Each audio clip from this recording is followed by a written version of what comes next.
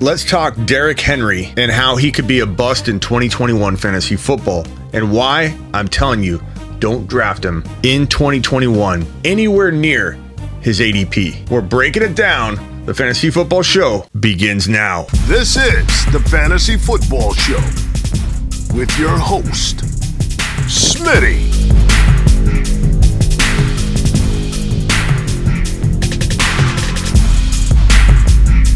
Top 5 running back. You're watching the Fantasy Football Show. I'm Smitty. Take a lap. Okay, so I have an interview here with Dr. Jesse Morris, and we go over this topic, Derrick Henry, why I think he's an avoid. He's not all that worried about Derrick Henry, and you'll find out why, but I am. Everybody tells me, Derrick Henry, he's just built different, Smitty. He just is. He's bigger. The bigger they are, the better it is when they fall. I know you all want to believe that him being bigger, being a monster, being 6'3", I know you want that to be a positive. Okay, he's built different. He can survive anything. But the truth of the matter is that Derrick Henry has an ADP in Dynasty in round 3. And if you don't do Dynasty, you're probably like, what? Round 3? In Dynasty, he has an ADP of round 3. Group think is very powerful.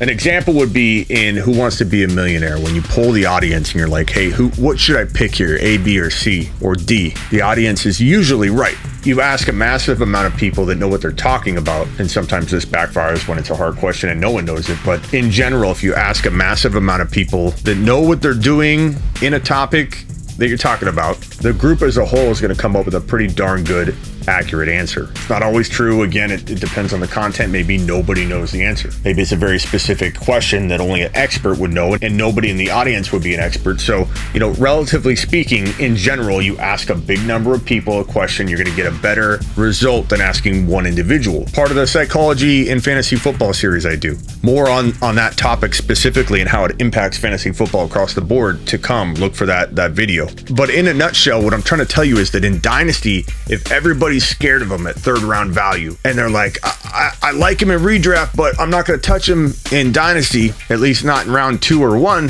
that tells you something.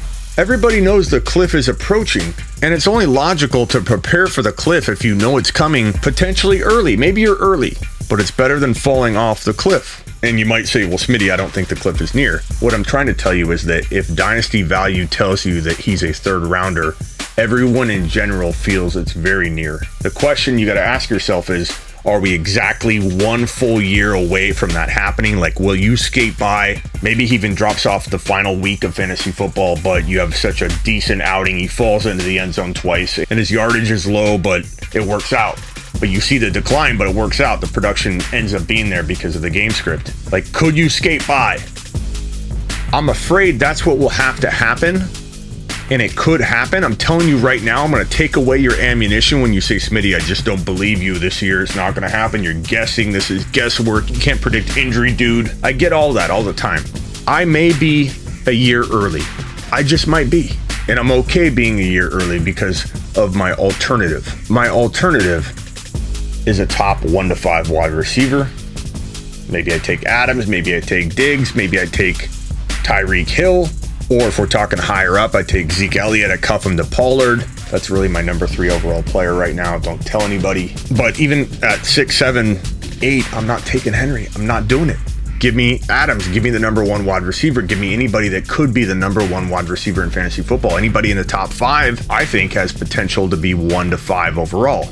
4 wide receivers. And if you're not talking PPR, you have a little bit more wiggle room to believe in Henry, I suppose, even though if he goes down, he goes down, but his value, his upside may outweigh a little bit more of the risk, because it's a risk. It's a probability game. So if we're looking at a chart, and this is 2019, the entire season. So this is the entire 2019 season. This is the entire 2020 season. This is the entire 2021 season. This is a garbage running back playing at a 0 level. This is an elite running back playing at a 10 level. So Derrick Henry's playing elite football, right? He's in the 9-10 range.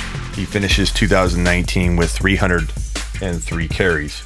2020, he's on fire. He's playing like a 10. He finishes 2020 with 400 plus carries. If you believe in Henry at his ADP, which is 1.3 overall to 1.5 in redraft. In PPR too. This is Henry ADP value. 1.3. If you believe in that value, if you're willing to invest in that value, anywhere near that value, even 1.7, you are banking on him getting through this entire season before he drops off, which can happen. And as I said, taking away your ammunition against me, it can happen. You're not going to be able to go, I told you it would happen. I know it can happen. But what are the odds that it happens? Is it a 20% chance? Is it a 40? Is it a 90? It's all an odds game. It's all an odds game. What are the odds that Devontae Adams has a top 1 to 5 wide receiver season? In my guesstimation, it's a lot higher than the odds of Henry finishing as a top 1 to 5 running back in fantasy football 2021, especially in PPR. This is 2022. And let's take it back to the beginning of the year. We're entering 2021 and we're asking the question, okay, let's break this down as simple as we can. We're asking the question, can he make it through this entire season, adding to his 404 carries in just 2020, adding to his 303 carries in just 2019? Can he add what is likely to be between these two numbers? So let's put it at a safe, 350. Can he make it through another 350 carries, putting him at over 1,000 total carries in just these 3 years? Can he do that? That is such a tall order. Hang with me if you're like, I'm still riding the Henry train. You're crazy. He's built different, Smitty. He's just built different. He's built different, Smitty. Keep in mind our dynasty barometer, our dynasty compass, if you will. Let's take this back again. We're not going to actually project yet in 2021, this coming season. Our dynasty ADP is telling us that the decline's happening somewhere in this range. It's got to be. Otherwise, he wouldn't be valued at third round value. If he had this entire year to dominate, if people really believed, yeah, he's got 2021 and 2022, do you really think his ADP in dynasty would be in round 3? There's no way. If he had 2 elite years left in most people's minds, he'd be treated like a king. Now, Smitty, he is a king, Smitty. Okay, so he's the king right now. And in all honesty, he's showing no signs of decline. 0. If you remember back on my Todd Gurley rants where I'm like, no Todd Gurley, there was a sign of decline. We knew it was coming. It was not a surprise. We knew the decline was coming. At least we did on the show. His ADP was top 1 to 4 overall for most of the beginning of the offseason that year. But we knew. Henry, no sign of decline whatsoever. That is going in his favor. But in the end, it doesn't really affect much because even if we're just using the logic of groupthink, again, his ADP in round 3 means that everyone, for the most part, thinks the drop-off, if it doesn't happen this year, it will happen at some point the next year. So I'm trying to just create some boundaries as to what I think everyone in general believes, that it's either going to happen this year, or you'd have a much higher dynasty ADP.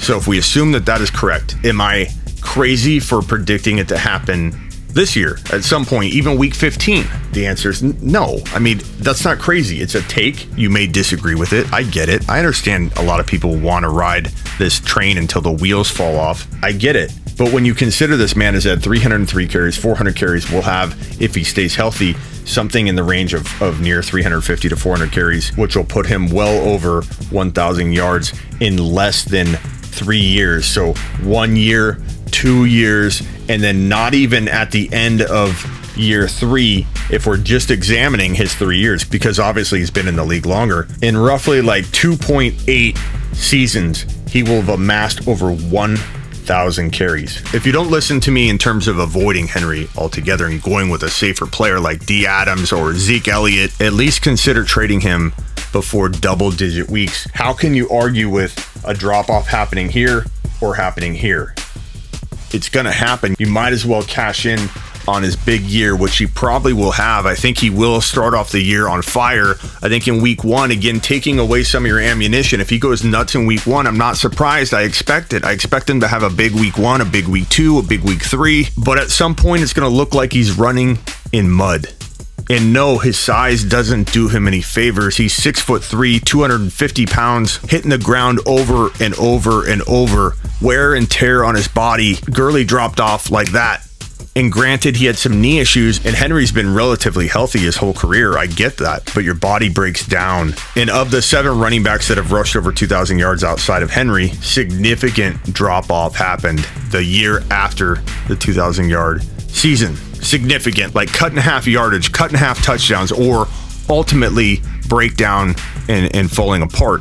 Terrell Davis completely fell off the face of the earth. Only Barry Sanders had a really good season coming off the 2,000-yard season. Again, the takeaways are not that it can't happen, that Henry can't be a top 5 running back for one more year. The odds of him dropping a 350-yard season and not falling off and getting through this week, 17, 18 barrier before decline happens, I would say this is very low. The odds are very low. I think every point in the season, let's call every week a point.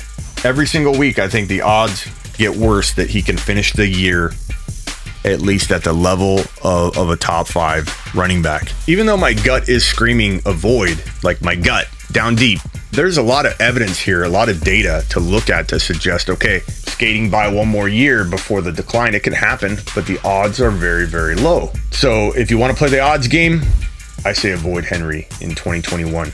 I don't see how in a PPR or even a non-PPR format he can deliver at anywhere near his 1.3 to 1.6 ADP. Where's my line in the sand? Where do I draft Henry if he keeps falling and falling and falling? I'll tell you, because I know this is a question that you want an answer to.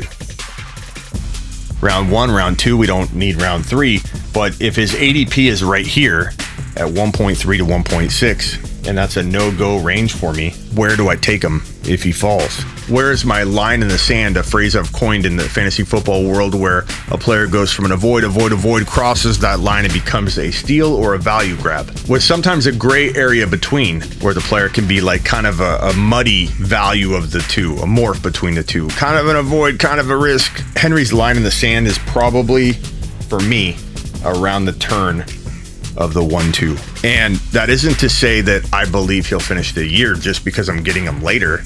That wouldn't make any sense at all. It just means I think I could very confidently trade him at midseason, get the value I want, not get burned. I'm not okay getting stuck with Henry at 1.6, 1.7. Not with D Adams available, Hill or Diggs, but at 12, 13. And I know a lot of you are going to be like, oh my God, Henry's not falling to 12, you moron. Smitty, there's no way he's falling to 12.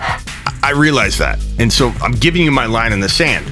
Hypothetically, you're asking me. So 12, 13, probably not going to fall. Probably not going to own Derrick Henry in 2021. Maybe news breaks and he's banged up and he does fall to 12. Maybe enough people see my video and he falls to 12. At 12, I could get stuck with him and be okay. I could recover from that a little better. If he played 14 games and missed the rest of the year, I could maybe recover from that, but I'm going to try and trade him. And maybe I trade him. And at 12, I can trade him a lot cheaper in my mind than if I took him at 3 and I'm stubborn and I hang on to him. So getting him at 12 opens the door to losing more if you trade him, on the low later when you freak out a little bit and you want to get rid of him. But if you draft Henry and you go against what I'm saying, trade him by double-digit weeks. That's my opinion and my advice. I could be wrong. I don't think I will be. I believe the odds are forever in my favor. But here's an interview if you want more on this topic. And I want to bring you both sides of this argument. You're going to hear me talk about this in a similar fashion again right here in the interview. And you're going to hear a more optimistic approach for 2021 Derrick Henry. Boom. Do you feel, real quickly while we're on that topic, do you feel concern about Henry's mileage? I know everyone says he's built different. To me, that's not a good thing. He's a 250 plus pound running back who's 6'3", hitting the ground over and over, not being used in the PPR game. All of his work is up the gut where people are taking lower body shots because they can't tackle him upstairs. And you have a guy that has 700 carries in a 2-year period, and before 3 years is up, will have over 1,000 carries. He's got the 2,000 yard curse going against him, which every running back in history that's rushed for 2,000 yards is pretty much broken. At least majority of them, more than half of their stats cut in half. What doesn't concern you about that? And the 371 carry curse, which has been broken in the past, but it's still a very concerning thing when a guy gets over 371. He had 400 carries last year. So I don't think he rushes as much this year in light of Julio, but I think his carries will be more effective. I want to interject really quickly and say that could happen. Like I said, odds game. Anything can go down, but I will say bad defense. I don't know that he's going to rush more effectively. He ran pretty effectively last year. I think that this could be a very different game script week in and week out, because if down, you might think they're not down, but if down or the game script is such that they need to pass the football to get back in to win the game because their defense is so bad, I don't know that more effective running out of Henry is going to happen. Back to the interview. And I think he might hit 20 touchdowns, which is insane, but it's possible. They are going to move the ball so well. This offense is going to be scary. When you have A.J. Brown and you have Julio, who now has a chip on his shoulder, and assuming that hamstring's fine, which I hope it is, they can't double team everybody. Then you're leading to Derrick Henry, who, if you want to see insane numbers, like video game numbers, look at his high school numbers. Yeah. A lot of mileage, though. Correct. But mileage usually correlates to injury. It hasn't. The big difference between Henry and Cook for me is that Henry has both of his ACLs. Henry has really, really been able to stay healthy. He had a fibula fracture when he was in late high school, early college at Alabama. And then he had a minor calf or hamstring, I don't remember what it was, that kept him out like a week or two. But besides that, like, he's been ridiculously effective. I know some people say people are built there, and all the NFL guys are built different. That's why they're there. Yeah, that doesn't do much with you. But this guy has consistently been able to defy the odds. Eventually, it's going to come to an end, kind of like Kelsey. So, yeah, here's where I feel like people are more on the side of the argument that I'm on than they realize, because his redraft ADP is at 1.3, 1.4. His dynasty ADP is at 3.1 to 3.5. Like, it's in the third round, and that tells you that everybody is ready for the decline. They're just hoping that it's one more year. We're all on that line. What side of the line are you on? One more year, or 1.5 more years, or less than 1 year? I don't think it's crazy to believe in him. And again, I've drafted him before with the assumption I will be trying to trade him actively before double-digit weeks. And make no mistake about it, I think in the beginning of the year, he's going to tear it up. I think week 1, I wouldn't be shocked if he had 150 yards and 2 touchdowns. I like Derrick Henry. Unlike Todd Gurley, we haven't seen a single bit of a decline yet. So I'm not predicting decline in week 1 or week 2 or week 3 like I was with Todd Gurley when he looked like he was about to drop off, and he did. I just feel I'm going to bring one thing up for you that is going to support your argument for why the Dynasty Cliff's about to begin. If you look at Mike Taggs's article from the 20th of July, I think it is, and he reviewed all of the age drop-offs for the main 3 positions, running back, or for positional players, running back, tight end, wide receiver. Here's what the data shows. The peak ages is 21 to 27. At 28, at the end of 27, is there a clear drop-off? It is very hard, based on historical data, and he did this for the past 14 years, that a top 5 running back was 28 or older. Derrick Henry is 27. Right. So it's there. And are we, like I said, are we a year early if we're doubting him, or are we projecting it perfectly? Because I believe that data is going to prove true, especially with his mileage. It would be one thing if he was 28. Like, look at Mike Davis. Old guy doesn't have any mileage. His body will break down quick, though, because your body you can only do so much at 29, 30 years old, whether you have no mileage or not. Your body is just going to be different. It's going to break down. But I understand I could be a year early. I've been a year early before. I've been 5 years early on Frank Gore. who came in to the NFL the most. Adrian Peterson and Frank Gore are exceptions to this. Right. Okay. I don't know if his body ossified or whatever, where he basically just like his muscles turned into steel. But Frank Gore came in as the most injury-prone player known to man, and now he no longer is. So there are people that can defy the logic and of it all. But Henry, to me, I'd rather be a year early, and here's why I say it. Will I be losing a wink of sleep if I get this wrong and I'm a year early? No. Because what I'm telling people to do is draft a guy that I feel is going to do just as well, or tell people to draft the next player up that they believe in. And there may not be that big of a difference. I feel like, why not be a year early than a year late? And if you're in Dynasty, you're going to want to trade him while he's still doing well and not, be left holding the bag. And, this will be something we'll look back on and reflect on. And again, I'm not going to feel like it's that big of a miss because it's an odds game to me. And I feel like the odds of him delivering on an extra game, too, at the level he's been playing at, which is just astonishing that he's done what he's done, and I give him props. I love Derrick Henry. I have no hate toward him whatsoever. But to imagine him at a 400 carry pace again, and I know you say they might run less, but I still feel like he will rush over 300 times minimum if he stays healthy with the extra game, especially. I don't see how his body can handle it.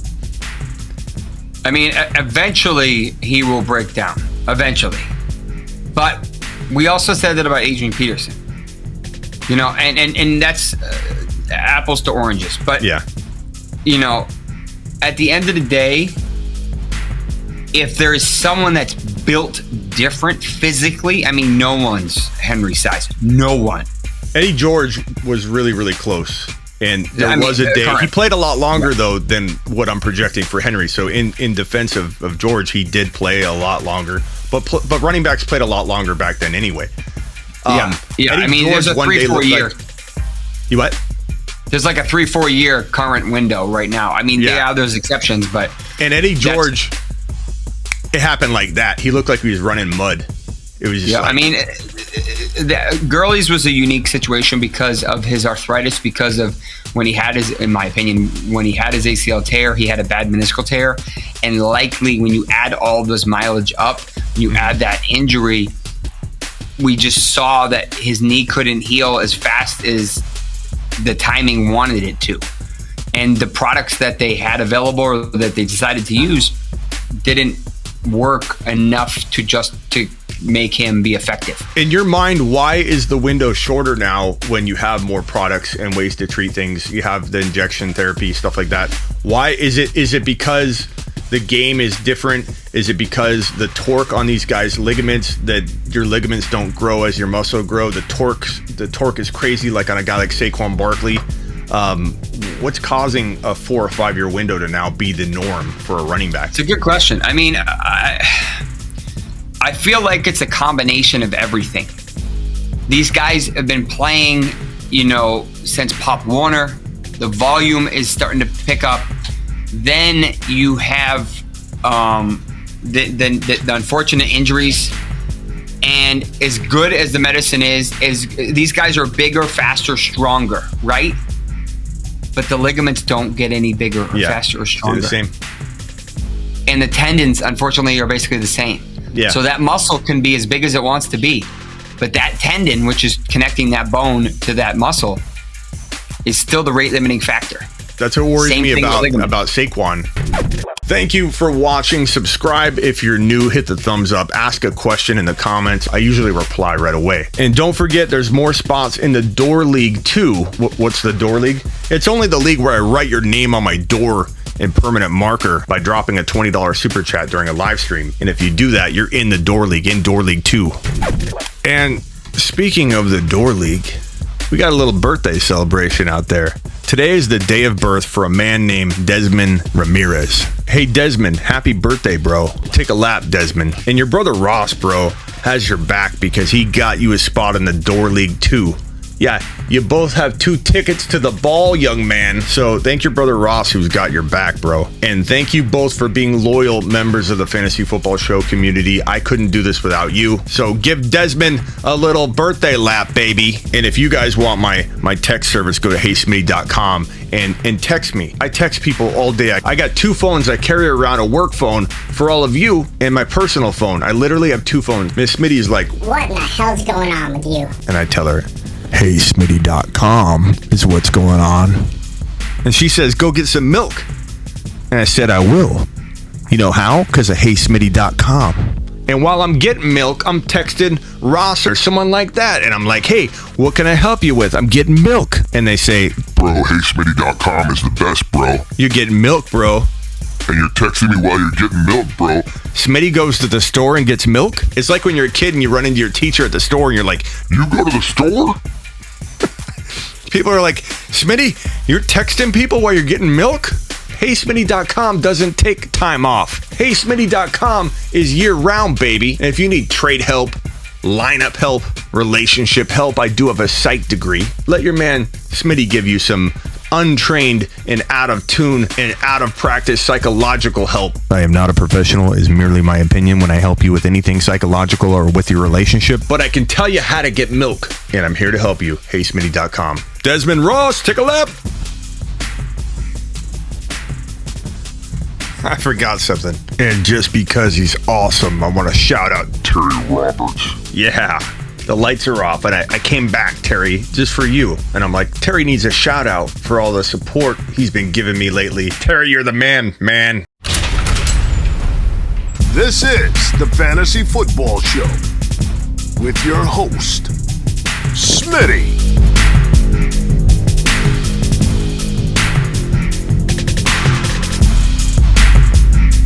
Top 5 running back.